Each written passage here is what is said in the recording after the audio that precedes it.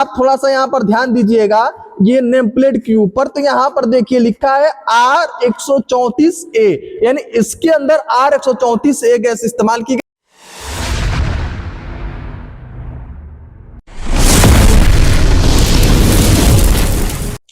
गर्मी के दिनों का सबसे अच्छी उपकरण की अगर मैं बात करूं तो वहां पे सबसे पहले वाटर कूलर का नाम जरूर आता है, क्योंकि अगर आज के डेट में आपको ठंडा पानी पीना है उसके लिए आपको एक वाटर कूलर या फ्रिज रखना पड़ता है। लेकिन वही अगर आप हॉस्पिटल के अंदर जाते हैं या फिर स्कूल के अंदर जाते हैं या फिर आप ऐसे जगह पे जा रहे हैं जहां पे पब्लिक प्लेस है, ज्यादा लोगों को पानी पिलाना है, तो फ्रिज से आप पानी नहीं पिला पाएंगे।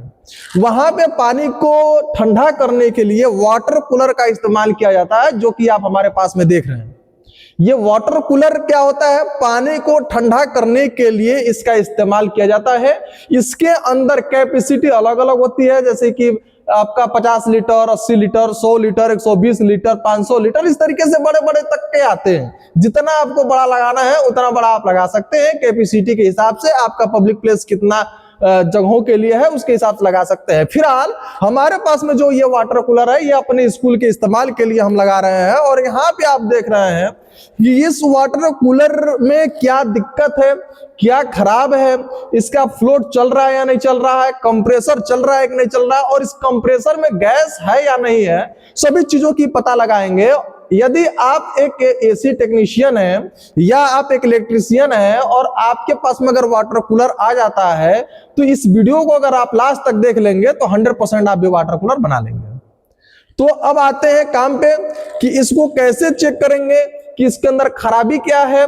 वायरिंग में कोई फॉल्ट तो नहीं है, कंप्रेसर का रिले OLP सही है, कैपेसिटर सही है, सभी चीजों को चेक करेंगे। कितने एमएफडी की कैपेसिटर इसके अंदर यूज की जाती है, कौन सा रिले यूज किया गया है, कंप्रेसर कौन सा यूज किया गया है, और इसके अंदर गैस कौन सी भरी गई है, सभी चीजों के बारे में आपको पूर्णतः जानकारी देंगे। अभी हम ध्यान देते हैं इस मेन लीड पर। ये आपका मेन लीड है, ठीक है, ये आपका मेन लीड है जिससे आपका इधर कंप्रेसर को चलाने के लिए कनेक्शन किया गया है। इसके अंदर टोटल जो है आप देखेंगे 3 वायर होता है। एक आपका फेस होगा, एक आपका न्यूट्रल होगा और एक आपकी अर्थिंग होगी, ठीक है। देखिए 3 वायर। इसके अंदर अर्थिंग बहुत ही कंपल्सरी होता है, इसलिए चूंकि ये वाटर कूलर है और आप जब भी इसको जाएंगे छूने के लिए, पानी को भरने के लिए, हो सकता है कि इसका बॉडी लीक हो और इसका पानी कंप्रेसर पे चला जाए और कंप्रेसर करंट मारे, करंट पास करे, या फिर कोई ऐसा थर्मोस्टेट पे चला गया, थर्मोस्टेट पे ही कंप्रेसर सप्लाई पास करने लगेगा, तो आप जैसे इसको छुएंगे तो करंट लगेगा। उस दौरान अर्थिंग इसको देना बहुत ही जरूरी है। तो इसमें 3 सप्लाई ऐड किया गया है, एक आपका फेस, एक आपका न्यूट्रल और एक आपका अर्थिंग, ठीक है। और कैसे इसका काम किया गया है, इसके लिए हम वाटर कूलर को थोड़ा सा पीछे से घुमाएंगे और पीछे से आपको दिखाएंगे, ठीक है। देखेंगे यहां पर आपका ये थर्मोस्टेट लगाया गया है और इसके हिसाब से इसे सेटिंग कर दी जाएगी। जितना पे आपको सेट करना है इसको सेट कर लीजिए, उसके हिसाब से आपका काम चलेगा, ठीक है। ये पीछे का हिस्सा था जिसको मैंने आपको दिखाया। यहां पर देखेंगे तो ये जो है पानी, यानी जो आपका आरओ से सप्लाई आएगा वो यहां पर आएगा और यहां से जो है कि पानी इसके अंदर गिरेगा। अब थोड़ा सा टंकी के अंदर आप देखिएगा,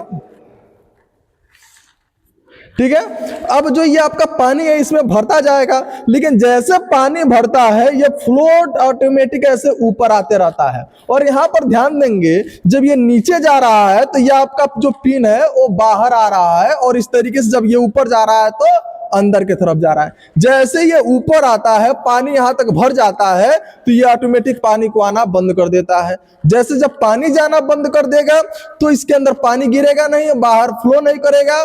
तो ये फ्लोट का काम भी जो है कि बहुत बेहतरीन है, जिससे पानी जब भर जाएगा तो ऑटोमेटिक ये बंद हो जाएगा। ये अंदर का सीन है।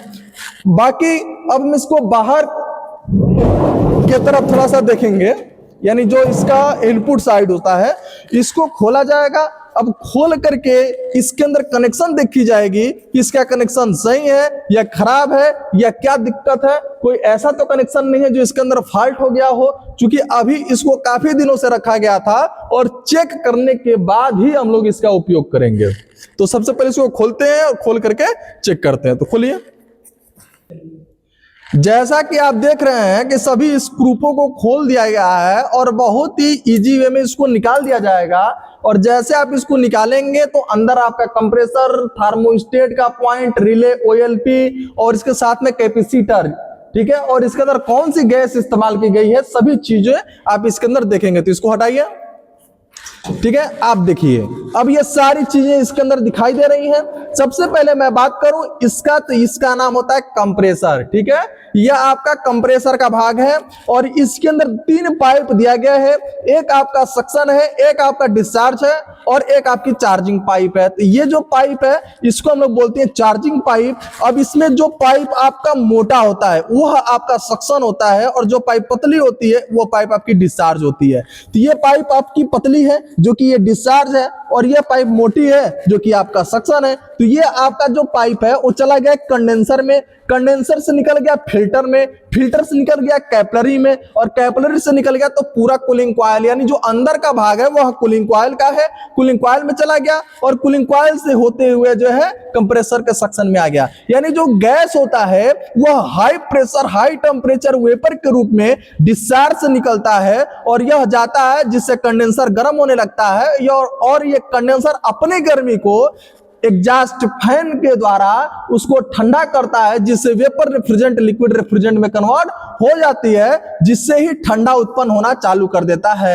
यानी अब फिल्टर के बाद कैपिलरी से ठंडक उत्पन्न होना चालू हो जाती है और पूरे कूलिंग कॉइल में ठंडक होती है और उसी ठंडक, जब वो आपका ठंडा होता है कूलिंग कॉइल, उसमें रखा गया खाद्य सामग्री या पेय सामग्री जो है ठंडी होती है और जब ठंडी हो जाती है फिर से आपका इधर रिटर्न जो है कि गैस फिर से कंप्रेसर में आ जाता है। यह क्रिया चलती रहती है और कहीं ठंडा तो कहीं गर्म होता रहता है। कौन सी गैस इस्तेमाल की गई है तो इसके लिए आप थोड़ा सा यहाँ पर ध्यान दीजिएगा ये नेम प्लेट के ऊपर। तो यहाँ पर देखिए लिखा है R134A, यानी इसके अंदर R134A गैस इस्तेमाल की गई है। आप चाहेंगे तो इसके अंदर हाइड्रोकार्बन का भी इस्तेमाल कर सकते हैं, यानी हाइड्रोकार्बन गैस और R134A गैस एक ही कंप्रेसर में यूज किए जाते हैं। कुछ वाटर कूलर के अंदर R22 इस्तेमाल किया जाता है, यानी यहाँ पे लिखा रहेगा R22। तो R22 पुराने एसी के अंदर और आपका वाटर कूलर और डीप फ्रीजर, इन सब जगहों पे जो है R22 गैस का इस्तेमाल किया जाता है। लेकिन वहीं पे कुछ जगह पे ऐसे कंप्रेसर होती हैं जहां पे 134A गैस का इस्तेमाल किया जाता है। तो यहां पर जिस गैस का इस्तेमाल किया गया है वह है R134A, ठीक है। अब बस आप R134A बोल देंगे आपको मिल जाएगा। ये जो आपका वोल्टेज लेगा 230 से 250 वोल्टेज लेगा एसी और 50 हर्ट्ज लेगा, जो कि यहाँ पे आप देख सकते हैं। कंप्रेसर नंबर यहाँ पे दिया गया है, यानी इसके अंदर गैस जो है वो आपका 134A है। कैपेसिटर यहाँ पर लगाया गया है क्योंकि यह कंप्रेसर जो है कैपेसिटर से चलता है और इसके अंदर जो है रिले OLP का इस्तेमाल किया गया है। और इस कभी कभी ऐसी दिक्कतें आ जाती हैं कि ये आपका जो वाटर कूलर होता है वह गैस जो है खत्म हो जाता है इसके अंदर, जिसके कारण ये ठंडा नहीं करता है। तो उसके लिए मैं बता दूं, यदि गैस खत्म होता है तो गैस कभी खत्म नहीं होता है, गैस उड़ जाता है। उड़ने का रीजन क्या है? कहीं ना कहीं से लीकेज, ठीक है। चाहे वो कंडेंसर से लीकेज हो, चाहे कैपिलरी टूट जाए, चाहे फिल्टर फट जाए, चाहे आपका कूलिंग कॉइल अंदर से फट जाता है, कभी कभी प्रेशर ज्यादा बन जाता है जिसके कारण।